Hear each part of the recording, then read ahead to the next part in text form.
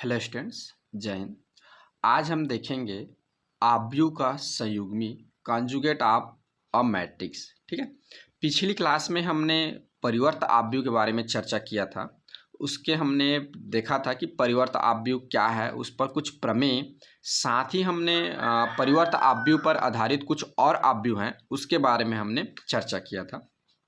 आज हम संयुग्मी जो आव्यूह है उसकी हम बात करेंगे, उस पर चर्चा करेंगे, उसके प्रमेय और इस पर आधारित कुछ और मैट्रिक्स बनते हैं उसको हम समझेंगे। ठीक है, तो चलिए सबसे पहले हम समझते हैं आव्यूह का संयुग्मी या संयुग्मी आव्यूह, इसको शॉर्ट में हम बोलते हैं। ठीक है, कॉन्जुगेट ऑफ अ मैट्रिक्स। देखिए यह क्या होता है, थोड़ी सी मैं आपको बताना चाहूँगा। संयुग्मी कहने का मतलब आप समझ गए होंगे। संयुग्मी कॉन्जुगेट यानी उसके लिए यूज करते हैं जहां हम आयोटा यूज करते हैं। ठीक है ना, आपने क्लास 11th में पढ़ा होगा संयुग्मी के बारे में। तो संयुग्मी वर्ड जहां यूज करते हैं जहां हम आयोटा के बारे में पढ़ते हैं। ठीक है, तो इसका मतलब आपको समझ जाना चाहिए कि यहाँ पर भी आयोटा आएगा, इसीलिए यहाँ पर नाम लिखा है संयुग्मी। ठीक है, तो ये शॉर्ट में हमने समझ लिया। अब देखिए आव्यूह का संयुग्मी समझते हैं। संयुग्मी आव्यूह, यदि किसी आव्यूह के अवयवों को संगत संयुग्मी सम्मिश्र संख्याओं के से बदल दिया जाए तो इस प्रकार प्राप्त आव्यूह ए का संयुग्मी कॉन्जुगेट कहलाता है तथा इसे ए बार से व्यक्त करते हैं। देखिएगा, यदि किसी आव्यूह के अवयवों को संगत संयुग्मी सम्मिश्र संख्याओं से बदल दिया जाए तो इस प्रकार का प्राप्त आव्यूह ए का संयुग्मी कॉन्जुगेट कहलाता है तथा इसे ए बार से निरूपित करते हैं। ठीक है, यहाँ पर ये बात थोड़ा सा उटपटांग लग रही है, इसको हम सिंपल तरीके से समझते हैं कि यदि कोई आयोटा दिया है, उस आयोटा को माने जहाँ आयोटा लिखा हुआ है उस टर्म को अगर हम माइनस साइन में परिवर्तित कर दें, माइनस चिन्ह में परिवर्तित कर दें, तो जो प्राप्त जो आव्यूह होगा वह हमारा संयुग्मी कहलाएगा। ठीक है, आप समझिए मेरी बात को, मैं क्या बोलना चाह रहा हूं। कोई आव्यूह है, कोई मैट्रिक्स है, उस मैट्रिक्स में आयोटा रहेगा, उस जहां आयोटा लिखा हुआ है उसको हम माइनस में जब चेंज कर दें तब वह क्या कहलाएगा, संयुग्मी आव्यूह कहलाएगा उस आव्यूह का। देखिए एक आव्यूह लिया हूं मैं यहाँ पर, a equal 1 minus iota 2 iota 3 minus 4 plus 3 iota.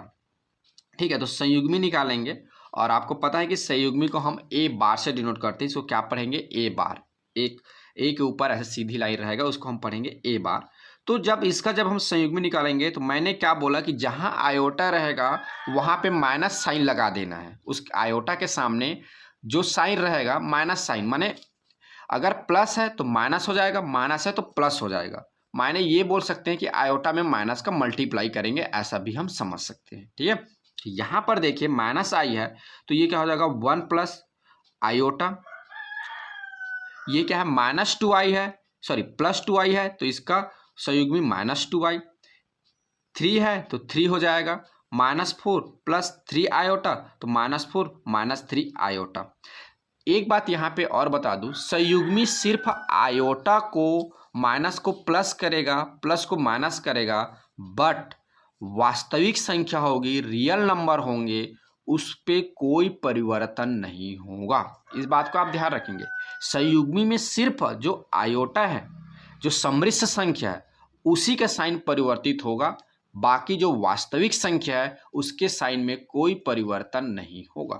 ठीक है, तो यहाँ पर देखिए एक मैट्रिक्स दिया है, उसका जो संयुग्मी होगा वो क्या होगा, इस तरह से आएगा। ठीक है, अब देखिए इसी पर आगे हम समझते हैं परावर्ती संयुग्मी आव्यूह।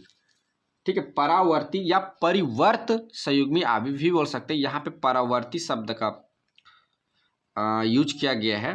ठीक है, इसको हम परावर्ती लिखा गया, इसको परावर्त भी बोलेंगे। ठीक है ना, सॉरी परावर्त बोलता हूँ, परिवर्त यानी ट्रांसपोज करना। ठीक है, रो को कॉलम में, कॉलम को रो में चेंज करना।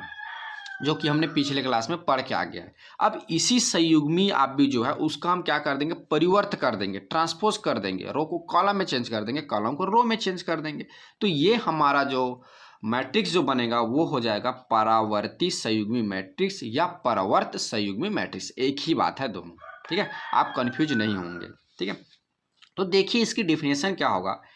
एक आव्यूह ए के संयुग्मी का परिवर्त ए का परिवर्त संयुग्मी आव्यूह transpose conjugate of A matrix कहलाता है यदि इसे ए स्टार इसको क्या पढ़ेंगे, ए स्टार से व्यक्त करते हैं।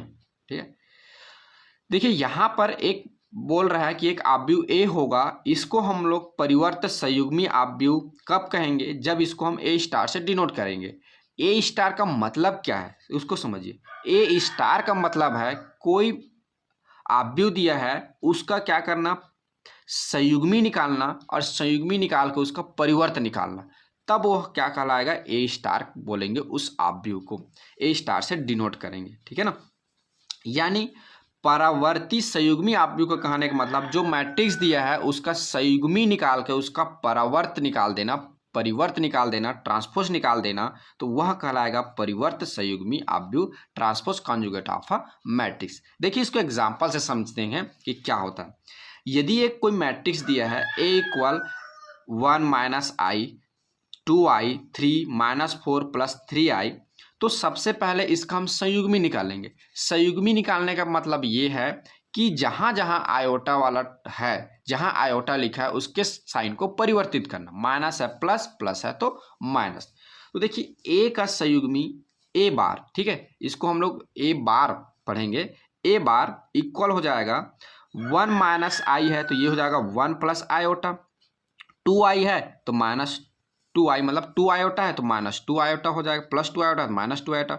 3 वास्तविक संख्या में कोई परिवर्तन नहीं होगा, 3 का 3 ही रहेगा। माइनस 4 प्लस 3 आयोटा तो minus 4 minus 3 iota.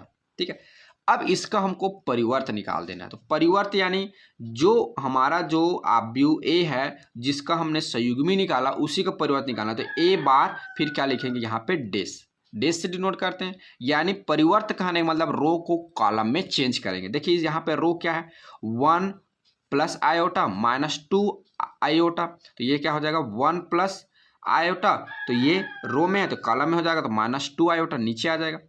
3 minus 4 minus 3 iota, रो में है, कॉलम में क्या हो जाएगा 3 माइनस 4 माइनस 3 आयोटा। तो ये जो आएगा संयुग्मी का जो परिवर्त जो रहेगा इसी को हम लोग बोलेंगे परिवर्त संयुग्मी आव्यूह, और इसको हम ए स्टार से डिनोट करेंगे, ए स्टार से दर्शाएंगे। तो ये 1 हमारा जो ए स्टार है यानी जो आव्यूह ए है उसका परिवर्त संयुग्मी आव्यूह ए स्टार क्या हो जाएगा, इसको हम ए स्टार पढ़ेंगे 1 plus iota 3 minus 2 iota minus 4 minus 3 iota होगा। ठीक है, एक बात और आपको बता दूं, यहाँ पे ऑर्डर में कोई चेंजेस नहीं होगा ना। यहाँ पे देखिए अगर इसकी ऑर्डर बोलूँ 2 क्रॉस 2 होगा, इसकी भी ऑर्डर बोलूँ 2 क्रॉस 2 होगा। यानी आव्यूह की जो ऑर्डर रहेगी वही आव्यूह परिवर्त संयुग्मी आव्यूह का भी रहेगा। ऑर्डर में कोई परिवर्तन नहीं होगा, ओनली एलिमेंट्स चेंज होंगे। एलिमेंट्स चेंज होंगे कहने का मतलब उसके चिन्हों में परिवर्तन होगा आयोटा के, या तो स्थान में परिवर्तन होगा। ठीक है, अब आगे समझेंगे। 2 टाइप्स हैं उसमें, अलग अलग तरह से होते हैं। ठीक है, तो चलिए ये तो हमने देख लिया परावर्ती संयुग्मी आव्यूह और संयुग्मी आव्यूह क्या होता है। अब इस पर आधारित कुछ प्रमेय हम देख लेते हैं। परिवर्त संयुग्मी आव्यूह पर कुछ प्रमेय, some theorems on transposed conjugate of a matrix. देखिए, let A is any matrix, any matrix कोई भी मैट्रिक्स है। आपने जितने भी प्रकार के मैट्रिक्स पढ़े हुए हैं, जितने भी प्रकार का आपने आव्यूह पढ़ा हुआ है या और आप पढ़ेंगे, उन सभी के लिए ये लागू होगा। ठीक है, देखिए पहले तो ये बताना चाह रहा हूँ कि ए स्टार होता क्या चीज़ है। देखिए ए स्टार यानी यहाँ पे इसको समझिए, कोई मैट्रिक्स ए दिया है उसका परिवर्त उसका संयुग्मी निकालें, संयुग्मी निकाल के परिवर्त निकालें, या कोई मैट्रिक्स दिया है उसका पहले आप परिवर्त निकाल दें उसके बाद संयुग्मी निकालें, दोनों आपस में इक्वल होगा। कोई मैट्रिक्स दिया है ए, माना एक कोई मैट्रिक्स ए है, उसका पहले हमने संयुग्मी निकाल दिया और संयुग्मी निकाल के उसका परिवर्त निकाले, या पहले परिवर्त निकाले फिर उसके बाद संयुग्मी निकाले, तो दोनों आपस में इक्वल होगा, दोनों ए स्टार ही आएगा, ए स्टार ही कहलाएगा, यानी परिवर्त संयुग्मी आव्यूह ही कहलाएगा और दोनों की वैल्यू क्या होगी, सेम होगा। दूसरा जो है ये हमको बोलता है कि यदि कोई आव्यूह ए दिया है, उसका परिवर्त संयुग्मी निकालें, ठीक है, परिवर्त संयुग्मी निकालें और पुनः फिर से परिवर्त संयुग्मी निकालें। कोई आव्यूह ए दिया है, उसका परिवर्त संयुग्मी निकाल के एक बार और परिवर्त संयुग्मी आव्यूह निकालें, 2 बार निकालें, तो हमको जो मेन आव्यूह है, जो दिया गया जो आव्यूह है ए, वही हमको क्या होगा, प्राप्त होगा, उसमें कोई चेंजेस नहीं होगा। ठीक है। तीसरा बोलता है कोई आव्यूह ए दिया है, उसमें किसी कांस्टेंट टर्म के का मल्टीप्लाई करके परिवर्त संयुग्मी निकालें, या परिवर्त संयुग्मी निकाल के किसी कांस्टेंट टर्म का मल्टीप्लाई करें, दोनों आपस में इक्वल होगा, उसके मानों में कोई चेंजेस नहीं होगा। ये थ्योरम 3 बोलता है। थ्योरम नंबर जो 4 है, इसको समझिए।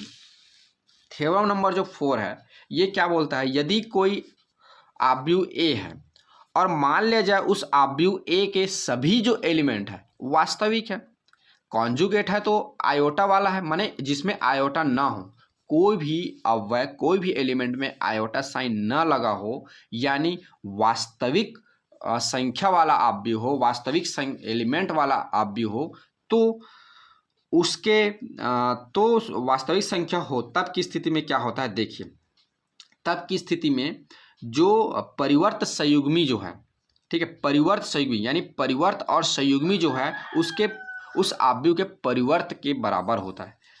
ए कोई आव्यूह है, कैसा आव्यूह है, वास्तविक संख्या वास्तविक एलिमेंट वाला एक मैट्रिक्स है, तो उसका परिवर्त संयुग्मी निकालेंगे, वह इक्वल होगा उस मैट्रिक्स के परिवर्त के। ठीक है। तो देखिए यहाँ पर एक मैट्रिक्स ए लिया हूँ जो वास्तविक संख्या वाला वास्तविक एलिमेंट वाला मैट्रिक्स है 1 3 2 4। तो इसका सबसे पहले मैं क्या कर दिया, परिवर्त निकाल दिया, तो ये हो जाएगा 1, देखिए 1 3, ये परिवर्त निकालूंगा, तो परिवर्त निकालूंगा इसका मतलब मुझे आयोटा साइन को चेंज करना रहता है, आज जिसमें आयोटा लगा हुआ है, चूंकि इसमें आयोटा किसी में नहीं लगा हुआ तो इसको कोई भी साइन चेंज नहीं होगा, तो ये सेम टू सेम आ जाएगा इसका परिवर्त बोलता हूँ संयुग्मी, इसका संयुग्मी निकालूंगा। ए कोई मैट्रिक्स दिया है, इसका संयुग्मी निकालूंगा, तो चूंकि इसमें आयोटा साइन है ही नहीं तो साइन में कोई परिवर्तन नहीं होगा। ठीक है। अब इसका परिवर्त निकाल देंगे, तो रो में है 1 3 तो कॉलम में हो जाएगा 1 3, रो में है 2 4 तो कॉलम हो जाएगा 2 4, तो ये ए स्टार इसका आ गया 1 2 3 4, यानी परिवर्त संयुग्मी आ गया 1 2 3 4। ये इक्वेशन नंबर 1। दूसरा हम इसका क्या कर लेते हैं, जो मैट्रिक्स ए है इसका हम सिर्फ क्या निकालते हैं, परिवर्त निकाल दें, तो 1 3 2 4, तो परिवर्त क्या हो जाएगा, रो 1 3 कॉलम हो जाएगा 1 3 2 4 कॉलम हो जाएगा 2 4। तो इक्वेशन नंबर 1 और 2 से आप देखेंगे तो आप देख पा रहे हैं दोनों आपस में क्या है, इक्वल है। तो इस तरह से हम कह सकते हैं कि कोई मैट्रिक्स ए दिया है, उसका परिवर्त संयुग्मी इक्वल होगा उस मैट्रिक्स के परिवर्त के बराबर, दोनों आपस में क्या होगा, इक्वल होता है। ठीक है। तो ये परिवर्त संयुग्मी पर कुछ थ्योरम्स हैं। अब आगे परिवर्त संयुग्मी पर आधारित कुछ और मैट्रिक्स है, यानी इसको बेस मान के कुछ और मैट्रिक्स बनाए गए हैं, उस मैट्रिक्स की हम चर्चा करते हैं। तो पहला इसमें है हर्मिटीय आव्यूह, जिसको हर्मिशियन मैट्रिक्स कहते हैं, हर्मिटीय आव्यूह। ये क्या होता है, देखिए इसमें एक कंडीशंस लग जाता है, वर्ग आव्यूह, जबकि हम परिवर्त संयुग्मी आव्यूह पर देख रहे थे उस पर कोई कंडीशंस नहीं लग रहा था, एनी मैट्रिक्स कोई भी आव्यूह सभी आव्यूह के लिए होगा। लेकिन जो हर्मिटीय जो आव्यूह होगा ओनली और सिर्फ किसके लिए होगा, वर्ग आव्यूह के लिए होगा। वर्ग आव्यूह जिसमें क्या होगा, रो की संख्या और कॉलम की संख्या दोनों हमेशा इक्वल होते हैं। ठीक है।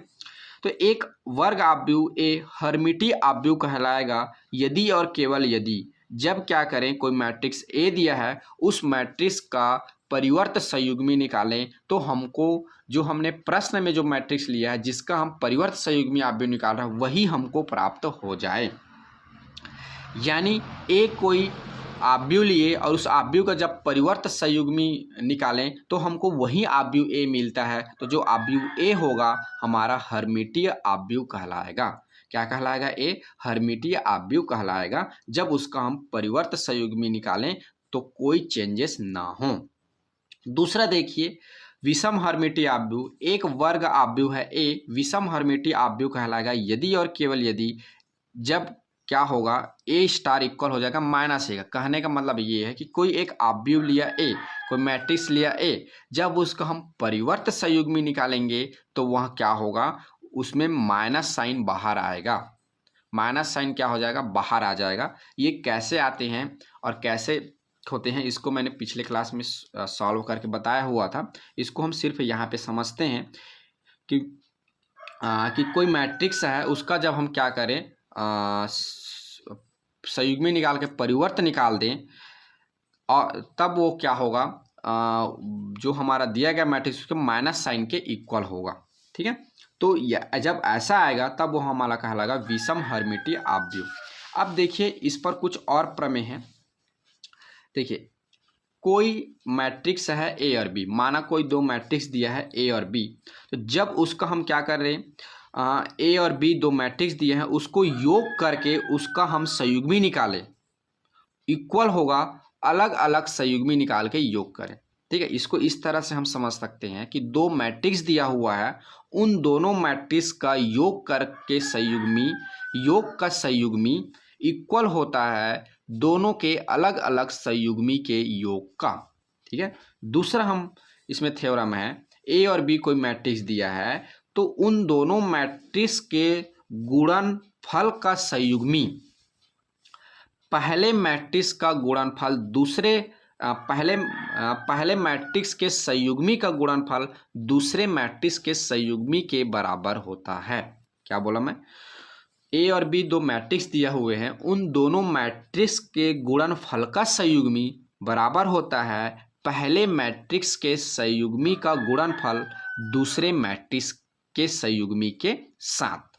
ठीक है, बट दोनों मैट्रिक्स का गुणनफल का संयुग्मी नॉट इक्वल होता है, बराबर नहीं होता है दूसरे मैट्रिक्स के संयुग्मी का गुणनफल पहले मैट्रिक्स के संयुग्मी के साथ। यहाँ पर आप बात को समझिएगा, ए और बी दो मैट्रिक्स दिया हुआ है, उन दोनों मैट्रिक्स को गुणा करके संयुग्मी निकालें तो इक्वल होगा, पहले मैट्रिक्स का संयुग्मी निकाल लेते हैं, दूसरे मैट्रिक्स का संयुग्मी निकाल लेते हैं, मैट्रिक्स ए का संयुग्मी और मैट्रिक्स बी का संयुग्मी दोनों को गुणा करेंगे तो क्या हो जाएगा, इक्वल आएगा। बट दोनों मैट्रिक्स का गुणनफल का संयुग्मी इक्वल नहीं आएगा दूसरे मैट्रिक्स का, माने बी का जब संयुग्मी निकाल के ए के साथ जब मल्टीप्लाई करेंगे तो वह क्या होगा, इक्वल नहीं आएगा। ठीक है, नॉट इक्वल होगा जब आप करेंगे तो। तीसरा थ्योरम है, ए बी माने दो मैट्रिक्स दिया हुए हैं, उन दोनों मैट्रिक्स का योग कर दीजिए और योग करके जब परावर्त संयुग्मी निकालेंगे, ठीक है ना, पहले परिवर्त निकालेंगे और संयुग्मी निकालेंगे, तो दोनों का योग करके परिवर्त संयुग्मी निकालें या अलग अलग परिवर्त संयुग्मी निकाल के योग करें, दोनों का मान क्या होगा, इक्वल होगा। ये तीसरा थ्योरम बोलता है। चौथा है, ए और बी दो मैट्रिक्स हैं, उन दोनों मैट्रिक्स का पहले मल्टीप्लाई कर दीजिए, मल्टीप्लाई करने के बाद परिवर्त संयुग्मी निकालिए, वह इक्वल होगा दूसरे मैट्रिक्स के परिवर्त संयुग्मी का गुणा पहले मैट्रिक्स के परिवर्त संयुग्मी का। बट नॉट इक्वल होगा, दो मैट्रिक्स दिया हुआ है, दोनों मैट्रिक्स का मल्टीप्लाई का परिवर्त संयुग्मी बराबर नहीं होगा पहले मैट्रिक्स के परिवर्त संयुग्मी का गुणा दूसरे मैट्रिक्स के परिवर्त संयुग्मी के। ठीक है, यहाँ और यहाँ दोनों में अंतर ये है कि जो सिर्फ संयुग्मी वाला है उसमें क्या हो रहा है, पहले मैट्रिक्स का संयुग्मी निकाल के दूसरे मैट्रिक्स के संयुग्मी के साथ करेंगे, ये इक्वल होगा, लेकिन दूसरे का पहले के साथ करेंगे तो इक्वल नहीं होगा। लेकिन परिवर्त संयुग्मी में उल्टा होता है। परिवर्त संयुग्मी में क्या है, दोनों मैट्रिक्स का मल्टीप्लाई करके परिवर्त संयुग्मी निकालेंगे तो दूसरे मैट्रिक्स का पहले परिवर्त संयुग्मी निकाल के पहले मैट्रिक्स के परिवर्त संयुग्मी के साथ गुणा करेंगे तभी इक्वल होगा, पहले का दूसरे के साथ करेंगे तो इक्वल नहीं होगा। इस बात को याद रखेंगे, यहाँ पे पहले का दूसरे के साथ करते हैं तब इक्वल है, लेकिन यहाँ पे दूसरे का पहले के साथ करते हैं तब इक्वल है।